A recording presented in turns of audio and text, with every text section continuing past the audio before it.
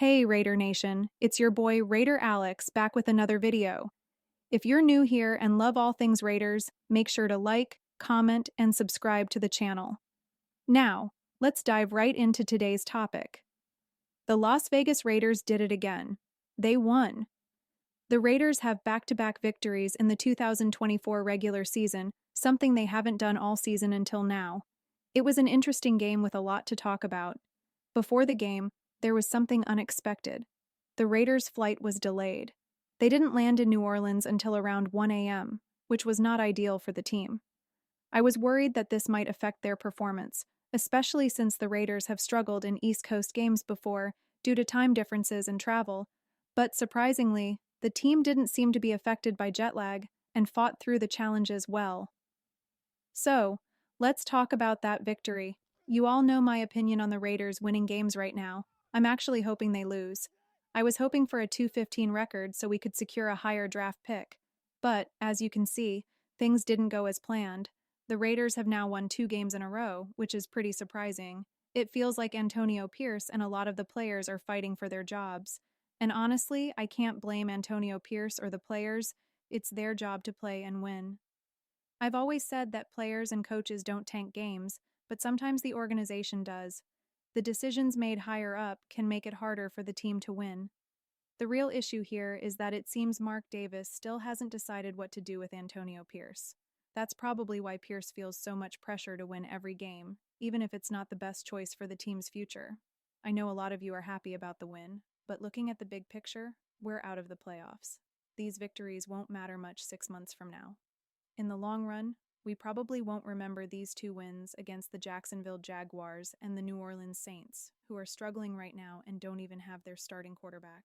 I'm thinking ahead, and I just don't see how these wins help the Raiders. We still need to figure out the quarterback situation, and this was a chance to do that. A few things happened that I didn't expect.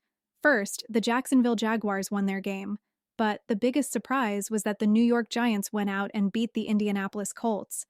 I thought for sure the Giants would finish with just 2 wins, so if the Raiders had lost, we could have moved up to the 3rd overall draft pick.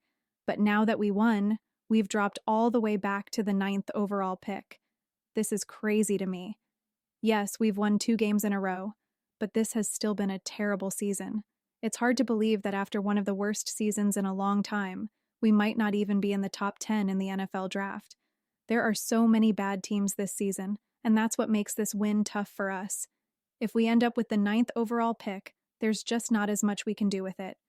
Sure, we could trade down, but a 9th pick isn't as valuable as a top 3 pick. In the NFL, where you pick in the draft is like money. The higher your pick, the more opportunities it opens up for your team. The biggest takeaway from all of this is that having a higher draft pick gives us a much better chance at landing the quarterback we want. I know some of you wanted Shatter Sanders, who didn't play well yesterday, or maybe you wanted Cam Ward. Whichever quarterback you liked, having a higher pick would have made it easier to grab one of them. Even if you're not a fan of those quarterbacks, the number 3 pick gives us a better chance to trade down and gather more picks for the future. But now, with us falling further down the draft order, it's going to be harder to make that happen. Also, it makes it even more difficult to trade up if we wanted to, especially with our general manager, Tom Telesco. If you look at his history, trading up is not something he usually does. From the start, it was a long shot, but now, unless Tom Brady somehow takes control and pushes for a big move, it's almost impossible. Moving up from number 9 to the top 3 would cost a lot, and I just don't see the Raiders doing that. I just don't see the point in winning games when we're already out of the playoffs. And if Mark Davis is using these games to decide if we should keep Antonio Pierce for next season, that's a big red flag to me. To me, it's simple. You signed Pierce to a 2-year contract, and you've seen that this season hasn't gone as planned. It should come down to whether you trust him to finish out his contract. Personally, I think he deserves one more season to see what he can do, especially with the quarterback situation. I feel like they didn't give him the best chance to succeed this year. But I'm not basing that decision on these final games, yet it seems like that's exactly what Mark Davis is doing. If that's the case, Mark Davis really needs to step back from making football decisions and let Tom Brady and Tom Telesco take over. It's clear Mark doesn't have a consistent way of making those decisions, and that's a problem. Now, jumping into the game itself, Aidan O'Connell played pretty well. He was 20 of 35 for 242 passing yards and 2 touchdowns, and he didn't turn the ball over with any interceptions. Although, I will say he did have one throw in the red zone that could have easily been a pick six. Overall, Aiden O'Connell did really well. He moved the ball well and took care of it. The Raiders also ran the ball effectively.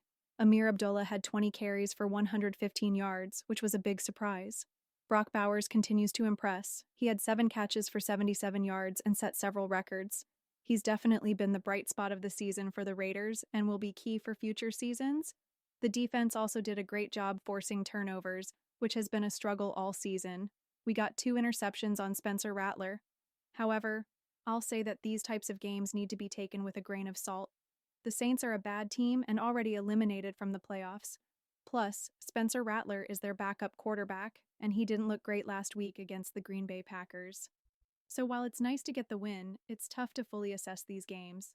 When you're playing against backup quarterbacks and there's nothing on the line for the playoffs, it can make it hard to know what to do moving forward.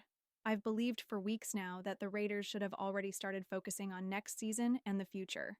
But unfortunately, we're stuck in limbo. It feels like a curse. We're trying to be as good as possible right now, but by focusing on the short term, we're hurting ourselves in the long run. This is keeping us trapped in mediocrity. We're not bad enough to get the number 1 overall pick and land a game-changing player in the NFL draft, but we're also not good enough to make the playoffs consistently.